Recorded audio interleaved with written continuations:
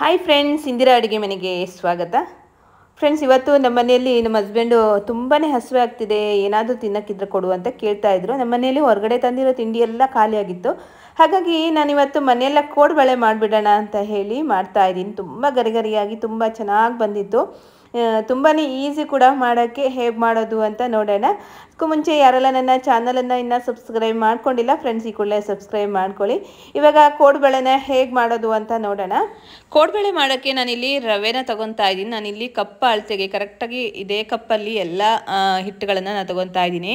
ನಾನು ಇಲ್ಲಿ ಚಿರೋಟಿ ರವೆನ ತೊಗೊಂಡಿದ್ದೀನಿ. ಈ ಕಪ್ಪಲ್ಲಿ 1 ಕಪ್ ಆಗೋಷ್ಟು ಚಿರೋಟಿ ರವೆನ ತೊಗೊಂಡಿದ್ದೀನಿ. ನೀವು ಚಿರೋಟಿ ರವೆ ಇದ್ದರೆ ಚಿರೋಟಿ ರವೆನೂ ಹಾಕೋಬೋದು, ಇಲ್ಲ ಉಪ್ಪಿಟ್ಟು ರವೆ ಇದ್ದರೆ ಅದನ್ನು ಸ್ವಲ್ಪ ಮಿಕ್ಸಿಗೆ ಹಾಕಿ ಗ್ರೈಂಡ್ ಮಾಡಿಕೊಂಡು ಪೌಡ್ರ್ ಮಾಡಿಕೊಂಡು ನಂತರ ಅದನ್ನು ಯೂಸ್ ಮಾಡ್ಕೋಬೋದು. ಚಿರೋಟಿ ರವೆ ಇದ್ದರೆ ಅದನ್ನು ಯೂಸ್ ಮಾಡಿಕೊಂಡು ಚೆನ್ನಾಗಾಗತ್ತೆ. ಆಮೇಲೆ ನಾನಿಲ್ಲಿ ಈ ಕಪ್ಪಲ್ಲಿ 1.5 ಕಪ್ ಆಗೋಷ್ಟು ಅಕ್ಕಿ ಹಿಟ್ಟನ್ನು ಹಾಕ್ಕೊಂಡಿದ್ದೀನಿ. 1 ಕಪ್ ಆಗೋಷ್ಟು ರವೆ ಹಾಕ್ಕೊಂಡಿರೋದು, 1.5 ಕಪ್ ಆಗೋಷ್ಟು ಅಕ್ಕಿ ಹಿಟ್ಟನ್ನು ಹಾಕೊತಾ ಇದ್ದೀನಿ. ನೋಡಿ, ಅದೇ ಕಪ್ ಅಳತೆಯಲ್ಲಿ ಎಲ್ಲವನ್ನು ತೊಗೊತಾ ಇರೋದು. 1.5 ಕಪ್ ಆಗೋಷ್ಟು ಅಕ್ಕಿ ಹಿಟ್ಟು, ನಂತರ ಒಂದು ಅರ್ಧ ಕಪ್ ಆಗೋಷ್ಟು ನಾನಿಲ್ಲಿ ಮೈದಾ ಹಿಟ್ಟನ್ನು ತೊಗೊತಾ ಇದ್ದೀನಿ. ಕೋಡುಬಳೆ ಯಾವತ್ತು ಖಾರವಾಗಿದ್ದರೆ ಚೆನ್ನಾಗಿರುತ್ತೆ ಅಂತ ಹೇಳಿ 1/4 ಸ್ಪೂನ್ ಆಗೋಷ್ಟು ಚಿಲ್ಲಿ ಪೌಡ್ರ್ ಸೇರಿಸ್ಕೊಂಡಿದ್ದೀನಿ. ಸ್ವಲ್ಪ ತುಂಬ ಚೆನ್ನಾಗಿ ಸ್ಪೈಸಿ ಬೇಕು ಅನ್ನೋರು 1 ಸ್ಪೂನ್ ಹಾಕೋಬೋದು. ನಂತರ ಒಂದು ಅರ್ಧ ಸ್ಪೂನ್ ಆಗೋಷ್ಟು ಅಜ್ವೈನನ್ನು ಹಾಕೊಂಡ್ಬಿಟ್ಟು ಈ ರೀತಿ ಕೈಯಲ್ಲಿ ಕಿವಿಚ್ಬಿಟ್ಟು ಹಾಕೊತಾ ಇದ್ದೀನಿ. ತುಂಬ ಚೆನ್ನಾಗಾಗುತ್ತೆ, ಒಳ್ಳೆ ಫ್ಲೇವರ್ ಬರುತ್ತೆ. ನಂತರ ರುಚಿಗೆ ತಕ್ಕಷ್ಟು ಉಪ್ಪು, ಹಾಗೆ ನೀವು ಇಲ್ಲಿ ಸೋಡಾ ಪೌಡ್ರ್ ಕೂಡ ಯೂಸ್ ಮಾಡ್ಬೋದು. ಅಡುಗೆ ಸೋಡಾ ಇದೆಯಲ್ಲ, ಅದನ್ನು ಕೂಡ ಹಾಕೋಬೋದು. ನಾನಿಲ್ಲಿ ಅಡುಗೆ ಸೋಡಾನ ಹಾಕ್ಕೊಂಡಿಲ್ಲ, ನೀವು ಬೇಕಿದ್ದರೆ ಹಾಕೋಬೋದು. ಇದು ಹಾಕಿಬಿಟ್ಟು ನಾನು ಅದೇ ಸ್ಪೂನ್ ಇವಾಗ ಚೆನ್ನಾಗಿ ಹೀಗೆ ಡ್ರೈ ಆಗಿ ಇವಾಗ ಮಿಕ್ಸ್ ಮಾಡ್ಕೊತಾ ಇದ್ದೀನಿ. ನಂತರ ಒಂದು 2-3 ಸ್ಪೂನ್ ಆಗೋಷ್ಟು ನಾನಿಲ್ಲಿ ಎಣ್ಣೆನ ಕಾಯಿಸಿ ಇಟ್ಕೊಂಡಿದ್ದೆ. ಬಿಸಿ ಎಣ್ಣೆನ ಇದೇ ಹಿಟ್ಟಿಗೆ ಹಾಕೊಂಡ್ಬಿಟ್ಟು ಇವಾಗ ಇದೇ ಸ್ಪೂನಲ್ಲಿ ಮಿಕ್ಸ್ ಮಾಡ್ಕೊತಾ ಇದ್ದೀನಿ. ಸಡನ್ನಾಗಿ ಕೈ ಹಾಕೋಕ್ಕೆ ಹೋಗಬೇಡಿ, ಎಣ್ಣೆ ಬಿಸಿ ಆಗಿರುತ್ತಲ್ಲ, ಹಾಗಾಗಿ ಸ್ಪೂನಲ್ಲಿ ಈ ರೀತಿ ಮಿಕ್ಸ್ ಮಾಡ್ಕೊಳ್ಳಿ. ಕೋಡುಬಳೆ ನಿಮಗೆ ತುಂಬ ಚೆನ್ನಾಗಿ ಗರಿಗರಿಯಾಗಿ ಬರಬೇಕಂತ ಹೇಳಿದ್ರೆ ಈ ರೀತಿ ಕಾಸಿರೋ ಎಣ್ಣೆ ಹಾಕೊಂಡ್ರೆ ತುಂಬ ಗರಿಯಾಗಿ ಬರುತ್ತೆ. ನಂತರ ನೋಡಿ, ಕೈಯಲ್ಲಿ ಇದು ಎಲ್ಲ ಹಿಟ್ಟಿಗೂ ಚೆನ್ನಾಗಿ ಈ ರೀತಿ ಮಿಕ್ಸ್ ಮಾಡ್ಕೋಬೇಕು. ನಾವು ಎಣ್ಣೆ ಎಲ್ಲ ಹಿಟ್ಟಿಗೂ ತಾಗಬೇಕು, ಆವಾಗಲೇ ನಾವು ಮಾಡೋ ಕೋಡುಬಳೆ ತುಂಬ ಚೆನ್ನಾಗಿ ಬರುತ್ತೆ. ನೋಡಿ, ಈ ರೀತಿ ನಾವು ಈ ರೀತಿ ಉಂಡೆ ಕಟ್ಟಿದಾಗ ಈ ರೀತಿ ಆಗಬೇಕು. ಆ ರೀತಿ ಆದರೆ ಕರೆಕ್ಟಾಗಿರುತ್ತೆ ಅಂತ ಲೆಕ್ಕ. ನಂತರ ಸ್ವಲ್ಪನೇ ನೀರು ಹಾಕೊಂಡ್ಬಿಟ್ಟು ನಾವು ಚಪಾತಿ ಹಿಟ್ಟು ಕಲಿಸ್ತೀವಲ್ಲ, ಅದೇ ಹದದಲ್ಲಿ ಇವಾಗ ಇದನ್ನು ಚೆನ್ನಾಗಿ ಮಿಕ್ಸ್ ಮಾಡ್ಕೊಳ್ಳೋಣ. ನೋಡಿ, ಇವಾಗ ಮಿಕ್ಸ್ ಮಾಡ್ಕೊಂಡು ಆಗಿದೆ. ನೋಡಿ, ಕೈಯಲ್ಲಿ ಪ್ರೆಸ್ ಮಾಡಿದಾಗ ಈ ರೀತಿ ಒಳಗಡೆ ಹೋದರೆ ಕರೆಕ್ಟಾಗಿ ಆಗಿರುತ್ತೆ ನಾವು ಮಿಕ್ಸ್ ಮಾಡಿರೋದು.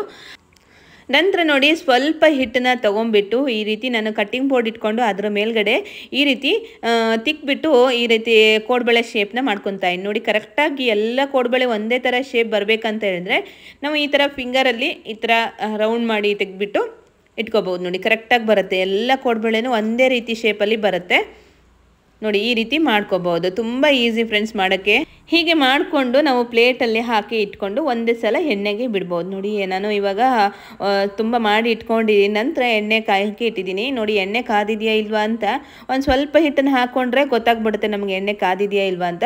ಇವಾಗ ಎಣ್ಣೆ ಕಾದಿದ್ದೀನಿ. ನಾವು ಲೋ ಫ್ಲೇಮಲ್ಲಿ ಇಟ್ಕೊಂಡೆ ಕಾಯಿಸ್ಬೇಕು ಫ್ರೆಂಡ್ಸ್. ಕಾಯಿಸುವಾಗಲೂ ಕೂಡ ಕರೆಕ್ಟಾಗಿ ಕಾಯಿಸ್ಕೋಬೇಕು, ಇಲ್ಲಾಂದರೆ ಕೋಡುಬಳೆ ಹಸಿ ಹಸಿಯಾಗಿರುತ್ತೆ. ನಾವು ಲೋ ಫ್ಲೇಮಲ್ಲಿ ಇಟ್ಕೊಂಡೆ, ಈಗ ಫಸ್ಟಿಗೆ ಹಾಕ್ಕೊತೀವಲ್ಲ, ಲೋ ಫ್ಲೇಮಲ್ಲಿ ಇಟ್ಕೊಂಡೆ ನಾವು ಹಾಕೋಬೇಕು. ಲಾಸ್ಟ್ ತನಕನೂ ನಾವು ಲೋ ಫ್ಲೇಮಲ್ಲಿ ಇಟ್ಕೊಂಡೆ ಕೋಡುಬಳೆನ ಕಾಯಿಸ್ಬೇಕು. ಕೋಡುಬಳೆ ಕಾಯಿಸುವಾಗಲೂ ಕೂಡ ನಾವು ಕರೆಕ್ಟಾಗಿ ಕಾಯಿಸ್ಬೇಕು, ಇಲ್ಲಾಂದರೆ ಬೇಗ ಕಲರ್ ಬೇರೆ ಕಲರ್ ಬಂದುಬಿಡುತ್ತೆ. ಅಂದರೆ ಕೆಂಪು ಕಲರ್ ಬಂದುಬಿಡುತ್ತೆ, ಬೇಗ ಸೀದೋಗಿರೋ ಕಲರು. ಹಾಗೆ ಒಳಗಡೆ ಕೂಡ ಅದು ಬೇಯಲ್ಲ, ಆ ರೀತಿ ಕೂಡ ಆಗುತ್ತೆ. ಹಾಗಾಗಿ ಬೇಯಿಸ್ಕೊಳ್ಳುವಾಗಲೂ ಕೂಡ ಕರೆಕ್ಟಾಗಿ ನಾವು ಇಲ್ಲಿ ಫ್ರೈ ಮಾಡ್ಕೋಬೇಕು. ನಾನಿಲ್ಲಿ ಕೊಬ್ಬರಿ ಎಣ್ಣೆ ಹಾಕಿ ಫ್ರೈ ಮಾಡ್ಕೊತಾ ಇದ್ದೀನಿ. ನೋಡಿ, ಇವಾಗ ಈ ರೀತಿ ಮಗ್ತಾ ಇರಬೇಕು, ಸೌಟ್ ಹಾಕ್ತಾನೆ ಇರಬೇಕು. ಆ ರೀತಿ ಮಾಡಿಕೊಂಡ್ರೆ ಮಾತ್ರ ನಾವು ಮಾಡೋ ಕೋಡುಬಳೆ ತುಂಬ ಚೆನ್ನಾಗಿ ಬರುತ್ತೆ ಫ್ರೆಂಡ್ಸ್. ಇವಾಗ ನೋಡಿ, ಬಬಲ್ಸ್ ಎಲ್ಲ ಬರೋದೆಲ್ಲ ಸ್ಟಾಪ್ ಆಗ್ತಾ ಬರ್ತಾ ಇದೆಯಲ್ಲ, ಆ ರೀತಿ ಸ್ಟಾಪ್ ಆಗೋದು ಥರ ಇದ್ದರೆ ಇವಾಗ ಕೋಡುಬಳೆ ಚೆನ್ನಾಗಿ ಕಾದಿದೆ ಅಂತ ಲೆಕ್ಕ. ಈ ರೀತಿ ಮಾಡಿಕೊಂಡ್ರೆ ಗರಿಗರಿಯಾಗುತ್ತೆ ಕೋಡುಬಳೆ. ನೀವು ಇಲ್ಲಿ ನೋಡ್ಬೋದು ಎಷ್ಟು ಕಲರ್, ಈ ರೀತಿ ಕಲರ್ ಬರಬೇಕು. ನಂತರ ನೋಡಿ, ನಾನು ಮತ್ತೆ ಎಲ್ಲ ಕೋಡುಬಳೆಗಳನ್ನು ಇದಿಷ್ಟು ಕೋಡುಬಳೆಗಳನ್ನ ಮಾಡಿ ಇಟ್ಕೊಂಡಿದ್ದೀನಿ. ಎಲ್ಲವೂ ಒಂದೇ ಶೇಪಾಗಿ ಬಂದಿದೆ. ನೋಡಿ, ಈ ರೀತಿ ಮಾಡೋದ್ರಿಂದ ಕರೆಕ್ಟಾಗಿ ಬರುತ್ತೆ.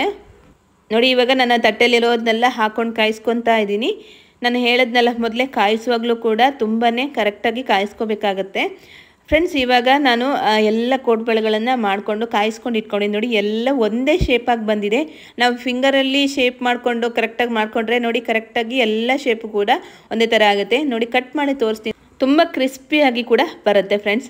ನಾವು ಕಾಯಿಸಿದ ತಕ್ಷಣ ತಿನ್ನಕ್ಕೆ ಹೋಗಬಾರ್ದು, ಆವಾಗಲೂ ಕೂಡ ಅದು ಒಳಗಡೆ ಇನ್ನೂ ಹಾಗೆ ಇರುತ್ತೆ, ಸ್ವಲ್ಪ ಹಸಿ ಹಸಿ. ಫುಲ್ ಕಂಪ್ಲೀಟಾಗಿ ತಣದ ನಂತರ ನಾವು ತಿಂದು ನೋಡಿದ್ರೆ ತುಂಬ ರುಚಿಯಾಗಿ ಬರುತ್ತೆ ಫ್ರೆಂಡ್ಸ್. ನೋಡಿ ಎಲ್ಲ ಕೋಡ್ಬಳೆ ಒಂದೇ ಶೇಪ್ ಆಗಿದೆಯಲ್ಲ, ತುಂಬ ಚೆನ್ನಾಗಿ ಬರುತ್ತೆ. ನೀವು ಕೂಡ ಒಂದು ಸಲ ಇದೇ ರೀತಿಯಾಗಿ ಟ್ರೈ ಮಾಡಿ. ಸಂಜೆ ಟೈಮಲ್ಲಿ ಸ್ನ್ಯಾಕ್ಸಿಗೆಲ್ಲ ಅಂತೂ ತುಂಬಾ ಚೆನ್ನಾಗಾಗುತ್ತೆ ಫ್ರೆಂಡ್ಸ್. ನೀವು ಕೂಡ ಒಂದು ಸಲ ಟ್ರೈ ಮಾಡಿ ಹೇಗೆ ಬಂತು ಅಂತ ನನಗೆ ಕಮೆಂಟ್ ಸೆಕ್ಷನಲ್ಲಿ ತಿಳಿಸೋದನ್ನ ಮರಿಬೇಡಿ. ಓಕೆ ಫ್ರೆಂಡ್ಸ್, ಈ ವಿಡಿಯೋ ನಿಮಗೆ ಇಷ್ಟವಾಗಿದೆ ಅಂತ ಅಂದ್ಕೊತೀನಿ. ಇಷ್ಟವಾಗಿದ್ದರೆ ಒಂದು ಲೈಕ್ ಕೊಡಿ, ಹಾಗೆ ನಿಮ್ಮ ಫ್ರೆಂಡ್ಸಿಗೆಲ್ಲ ಶೇರ್ ಮಾಡಿ. ಇನ್ನೂ ಒಳ್ಳೊಳ್ಳೆ ರೆಸಿಪಿಯೊಂದಿಗೆ ನೆಕ್ಸ್ಟ್ ವಿಡಿಯೋದಲ್ಲಿ ಸಿಗ್ತೀನಿ. ಧನ್ಯವಾದಗಳು.